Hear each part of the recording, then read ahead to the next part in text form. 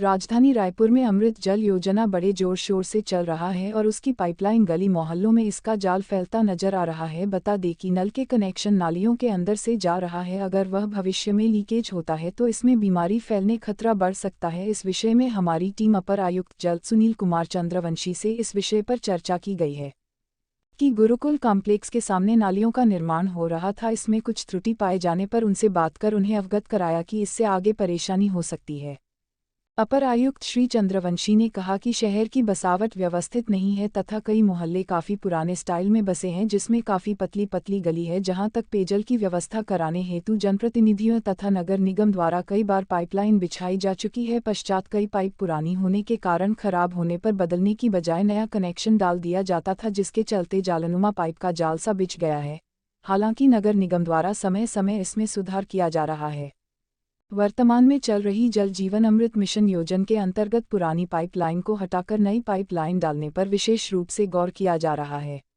रायपुर से ground report Sheikh Mushtaq की, India news 007 होती हैं और उसके कारण से कुछ स्थानों पर नाली के चौड़ीकरण या नाली का जो है पुनर्निर्माण की आवश्यकता होती है। तो उस दौरान उस क्षेत्र से गुजरने वाले पाइप लाइंस जो होते हैं उसको तत्कालिक जो शिफ्टिंग की स्थिति है वो नहीं बन पाती है, तो उसको जो है संज्ञान में रखा जाता है और हमारी जो टेक्निकल टीम है, जो पीडब्ल्यूडी और वाटर सप्लाई की टीम है, उनका समन्वय करके उसको यथासंभव प्रयास किया जाता है कि जो लोगों को जो है पानी वो हो और नाली और किसी और माध्यम से जो है उसका कंटेमिनेशन या उसमें जो पानी का जो लीकेज है वो ना हो, इसके लिए यथासंभव प्रयास किया जा रहा है। जी हाँ, जैसा मैंने अभी बताया कि अमृत मिशन के आने के बाद से हम लोग जो है ये जो नालियों से जो पाइपलाइन है उनको जो शिफ्टिंग के लिए हमने बहुत जो है हद तक वो किया था। वर्तमान में थोड़ी सी बजटरी की जो स्थिति है उसके कारण से हम अभी उसको पूरा नहीं कर पाए हैं, लेकिन मोस्ट ऑफ एरियाज पे जो है जोन के माध्यम से, जोन में जो जल विभाग के माध्यम से बहुत सारे क्षेत्रों से जो है नालियों के से क्रॉस होकर के जाने वाले या नालियों के ऊपर से जाने वाले जो पाइपलाइन से उनको जो है हटाने का जो है हमारे तरफ से पूरा प्रयास किया गया है। फिर भी अभी कुछ जो घनी सघन आबादी वाले जो क्षेत्र हैं और पुरानी बसाहट वाले क्षेत्र जैसे ब्राह्मणपारा या जो संतोषी नगर है या जो हमारा मौधापारा एरिया क्षेत्र है, जो कि बहुत ही सघन आबादी क्षेत्र है, जहाँ पर छोटी गलियां हैं, जहाँ पर ऐसा संभव हो जाता है कि पानी की पाइपलाइन के लिए वहाँ पर हमको जो है मशीनरीज जो है नहीं जा पाती हैं कि उसमें खुदाई करके उसकी प्रॉपर पाइपलाइन हो। तो वहाँ पर कुछ स्थितियाँ ऐसी है, तो वहाँ पर शिफ्टिंग में अभी थोड़ी सी समस्या है, लेकिन शासन स्तर से बजट जब उसकी प्राप्त होगी तो उस पर भी जो शिफ्टिंग के लिए जो है और उस पे जो है नए तरीके से कि उसको जो है नालियों से दूर रखते हुए ताकि उसमें कंटेमिनेशन ना हो, उस तरीके से उसको डिजाइन करके वहाँ पर पाइपलाइन जो है बिछाने का कार्य भी किया जाएगा। और वर्तमान में चूंकि स्थितियां हैं और कहीं कहीं पर जो पाइपलाइन नालियों से क्रॉस हो रही है, तो उसके लिए जो है सारे स्पॉट्स को स्पेशली आइडेंटिफाई किया गया है और जोन में उसकी पूरी सूची हमने बनवाई है विगत गर्मी के जो ग्रीष्मकालीन अवधि में, और वहां पर हम लोग लगातार मॉनिटरिंग कर रहे हैं और उस पर्टिकुलर लाइन से जाने वाले जो घरों हैं वहां पर भी जो है हमारी जो टीम है वहां पर हमने अपने फोन नंबर जो है जारी किए हुए हैं, ताकि अगर किसी भी घर में किसी भी दिन अगर पानी की जैसे ही कंटेमिनेशन की सूचना हमको मिलती है तो तत्काल उस पर फिर कार्रवाई की जाती है। हाल ही में ये है, जनता क्षेत्रीय कुछ पार्षदों का भी कहना है कि भाई हमारे द्वारा जो शिकायत दर्ज की जाती है उस पर किसी प्रकार का कोई संज्ञान नहीं लिया जाता नगर। इस विषय पे आप बताएं। जी, मैं ऐसा तो निदान 1100 जो है हमारा एक ऑनलाइन जनता की जो समस्याओं के संदर्भ में है, इसके माध्यम से हमको जो है लगातार जो है जानकारी या शिकायत के रूप में जानकारी प्राप्त होती है और उसका निराकरण हम 24 घंटे के भीतर कर रहे हैं और एज पर रिकॉर्ड लगभग हम 99% जो है ऑन टाइम कर रहे हैं।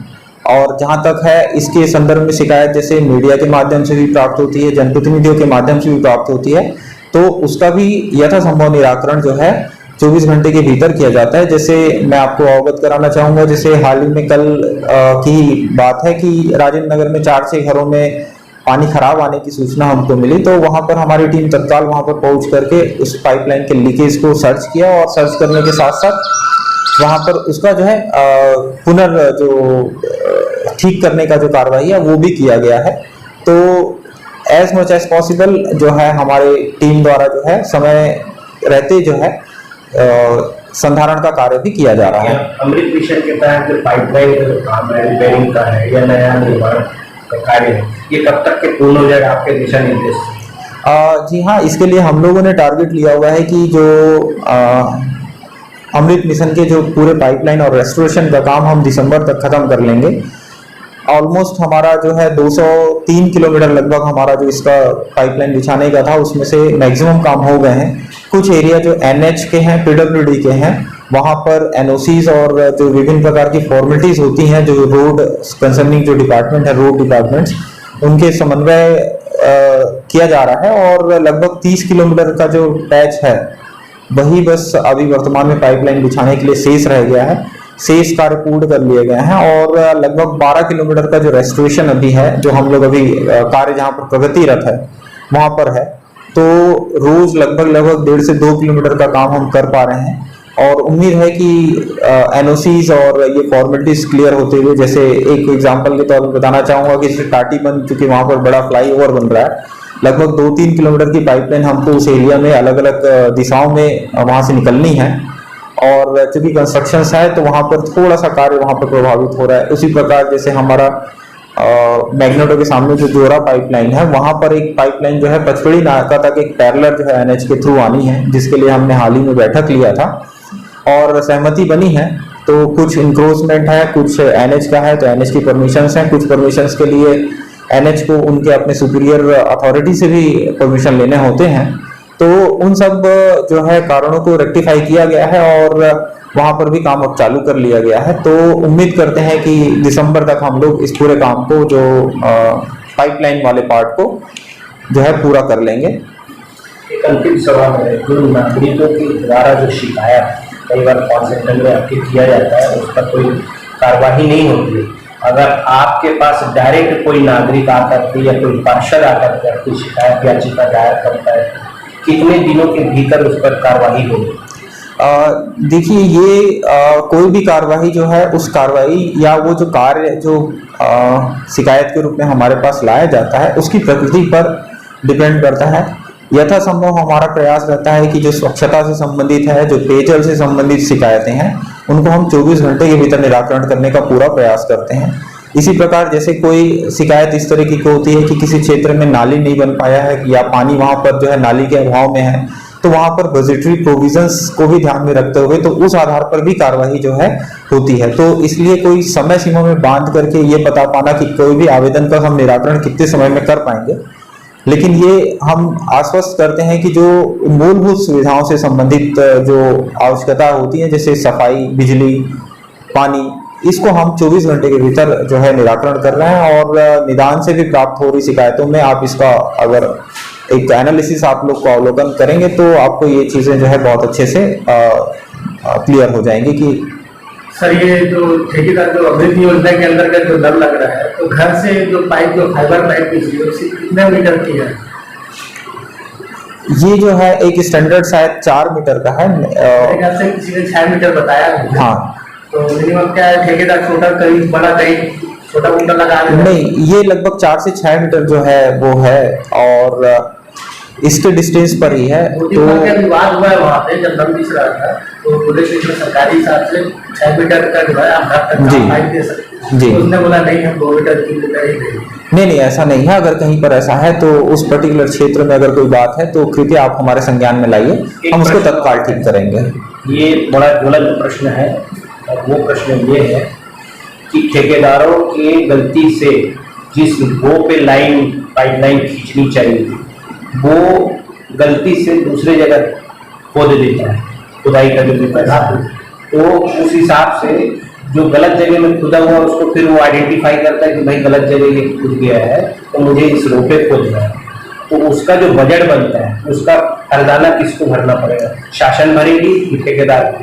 निश्चित तौर पर अगर ये ठेकेदार की गलती से किसी अन्य स्थान पर, चूंकि हमारा एक लेआउट पैटर्न होता है, एक मार्किंग होनी है, सभी जो ठेकेदार एजेंसी है पाइपलाइन बिछाने से पूर्व उनको हमने एक मार्किंग करने और हमारे जो ड्राइंग डिजाइन जो प्रू अप्रूव हैं उनको आधार पर उनको करने के लिए हमारे इंजीनियर से उनको कंसर्न करना होता है। और अगर इस तरीके के कंसर्न किए बिना अगर किसी गलत स्थान पर अगर वो है तो निश्चित तौर पर इसका जो हर्जाना है वो संबंधित जो कंपनी है उसको स्वयं जो है वहन करना होगा। इसका कोई भुगतान शासन या निगम की ओर से नहीं किया जाएगा। सर शहरवासी आश्वस्त रहे कि भविष्य में इस प्रकार की कुछ समस्या आती है तो उसके ऊपर तत्काल प्रभाव से कार्रवाई आप लोग करेंगे? जी हाँ, बिल्कुल। अगर आपके माध्यम से भी या किसी भी आम आदमी के माध्यम से भी अगर हमको कोई शिकायत प्रस्तुत करनी है तो उसके लिए हमारा टोल फ्री नंबर निदान 1100 हमेशा उपलब्ध है। और ऑन एवरेज अगर हम देखा जाए तो उसमें 300 से 400 कॉल पर डे उसमें आते हैं जो स्वास्थ्य से संबंधित है, नाला सफाई से संबंधित है या अन्य जो मुद्दे होते हैं जो उसके लिए, तो उससे संबंधित शिकायत प्राप्त होती है। और हमने जैसे मैंने पहले भी कहा कि उसमें से लगभग हम 99% शिकायतों का निराकरण सेम डे लगभग 12 से 14 घंटे में करने की कोशिश करते हैं और उसमें यथासंभव हम लगभग सफल भी हैं। सर एक पानी निकासी की भी समस्या है, आप पानी निकासी को भी शायद ड्राइंग में या डिजाइन में या इंजीनियर ध्यान नहीं दे रहे हैं, तो पानी निकासी की समस्या को क्यों ध्यान नहीं देगा? पानी निकासी के बारे में मैं आपसे यही कहूँगा कि चूंकि रायपुर शहर एक प्लांट शहर नहीं है जैसा आप सब जानते हैं, और महानदी बेसिन जो है इसका बेसिक जो है पानी का आउटफ्लो के लिए निर्धारित है। और दूसरा है छोकरा नाला जो हमारा यहाँ का 2 महत्वपूर्ण है, और इससे अलाइन जो है गोवर्धन नाला, जब्बार नाला, अरमान नाला, इस तरीके के जो बहुत सारे नाले हैं। और इधर वीरभद्र का नाला है, हनुमान नगर बस्ती का नाला है।